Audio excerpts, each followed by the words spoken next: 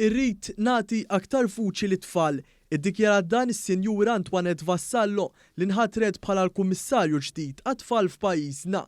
Fl-ewwel intervista ma' dan l-istazzjon Vassallo qalet li f'dan l-irwol kruċjali hija ser tkun qed tagħti prijorità assoluta sabiex taċċerta li t-tfal f'pajjiżna jgħixu f'ambjent fejn ikunu jistgħu jesprimu dak li jħossu. Però l-iktar ħaġa li jiena naħseb li rrid nisħaq fuqha hija li t-tfal irdu kompli nagħtawhom vuċi għaliex qed ngħid hekk, għaliex illum is-soċjetà hija dik li hi, hemm ħafna l-irtajiet ġodda u li sfortunatament jikkonċernaw l-tfal ukoll.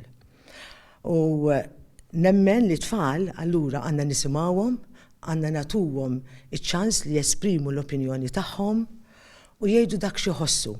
Vassallo li għandha esperjenza twila fil-qasam tal-familja u t-tfal fost l-oħrajn kienet chairperson tal-bord li kien joħroġ l-ordnijiet tal-ħarsien. Hija servit ukoll bħala sindku ta' Taxbix. Ma' One News Antoinette Vassallo qalet kif bla dubju li t-tfal irridu nagħtuhom id-drittijiet meħtieġa fil-ħajja ta' kuljum.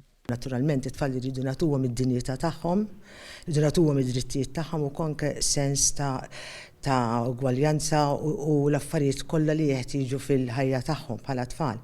Intant il-Ministru għas-Solidarjetà u l-Ġustizzja Soċjali, l-Familja u d-Drittijiet tat-tfal spjega kif il-Gvern investa bisħieħ sabiex jipproteġi l-tfal.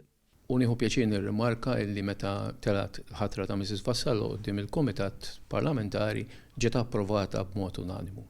Dak juri wkoll ċertu biex ngħid hekk qbil, ħanajt il-kelma qbil fejn jidħlu ħarsien ta' tfal miż-żewġ naħat mill-Gvern kollu kemm hu.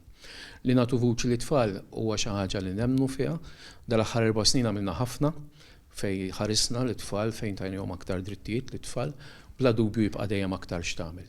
Antoinette Vassallo ser tkun qed tieħu post is-Sinjura Pauline Micheli.